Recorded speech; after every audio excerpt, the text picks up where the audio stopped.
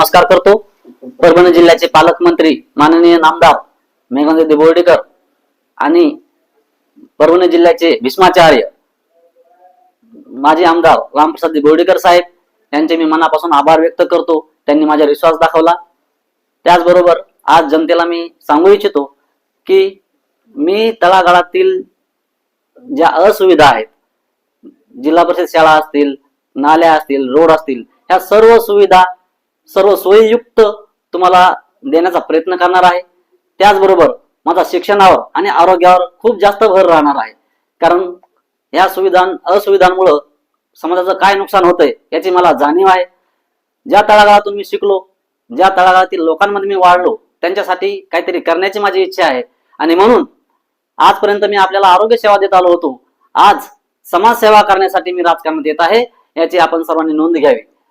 विरोधकांना मी सांगू इच्छितो की मी 24 घंटे जनतेसाठी देणार आहे, हे मी सिद्ध करून दाखवील आणि करेलच। आरोग्य सेवा ही बंद होणार नाही, हेही तेवढंच खरं आहे, कारण माझ्या आरोग्य सेवेसाठी मी वेगळे डॉक्टर अपॉइंट केलेले आहेत। इथे नवीन डॉक्टर येतील, ते माझा दवाखाना चालू ठेवतील आणि मी मात्र जनतेसाठी पूर्णपणे स्वतःला झिजून घेईल, याचे मी तुम्हाला आश्वासन देतो। केंद्रामध्ये सत्ता भाजपाची आहे। नरेंद्र मोदी साहेब यांचं जनतेवर खूप जास्त प्रेम आहे आणि त्यांनी जनतेसाठी वेगवेगळ्या सुविधा, वेगवेगळ्या योजना चालू केलेल्या आहेत, याचं पण आपण भान राखलं पाहिजे। त्याचबरोबर राज्यात सरकार देवेंद्रजी फडणवीस यांचं भाजपाचं सरकार आहे, त्यांनी सुद्धा लाडकी बहीण असेल किंवा इतर वेगवेगळ्या सुविधा असतील, सौर ऊर्जेचे प्लॅन्ट्स असतील, सौर ऊर्जेच्या मोटर्स असतील, पाणी पुरवठा असेल, याच्यावर खूप जास्त भर दिलेला आहे। रस्ते असतील, हे विकास कामावर त्यांचं लक्ष आहे, याचं आपण भान ठेवलं पाहिजे।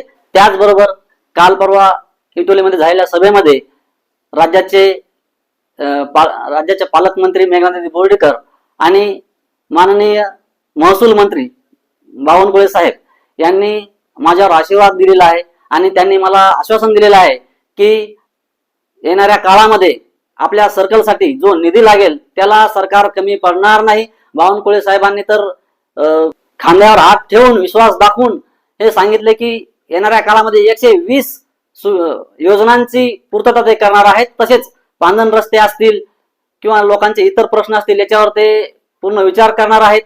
त्याचबरोबर भरघोस निधी हा परभणी जिल्ह्यासाठी देणार आहेत आणि त्यामुळे मी त्यांचे खूप खूप धन्यवाद व्यक्त करतो, कारण मी हा निधी आणण्यासाठी कुठेही कमी पडणार नाही, कारण माझ्या पाठीवर मेघनादिदी तसेच बावनकुळे साहेब यांचा हात आहे आणि मी जास्तीत जास्त निधी कसा आणता येईल, जास्तीत जास्त आपल्या आडगाव सर्कलचा विकास कसा करता येईल यावर विचार करेल। यासाठी आपल्या सर्वांचे आशीर्वाद असण्याची गरज आहे। म्हणून मायबाप जनतेला मी विनंती करतो की येणाऱ्या 7 तारखेला भाजप पक्षाचे 3 उमेदवार, जिल्हा परिषद आणि 2 पंचायत समिती, या 3 उमेदवारांना कमळावर मतदान देऊन भरघोस मतांनी विजयी करा आणि आपल्या विकासाचा मार्ग मोकळा करा। धन्यवाद।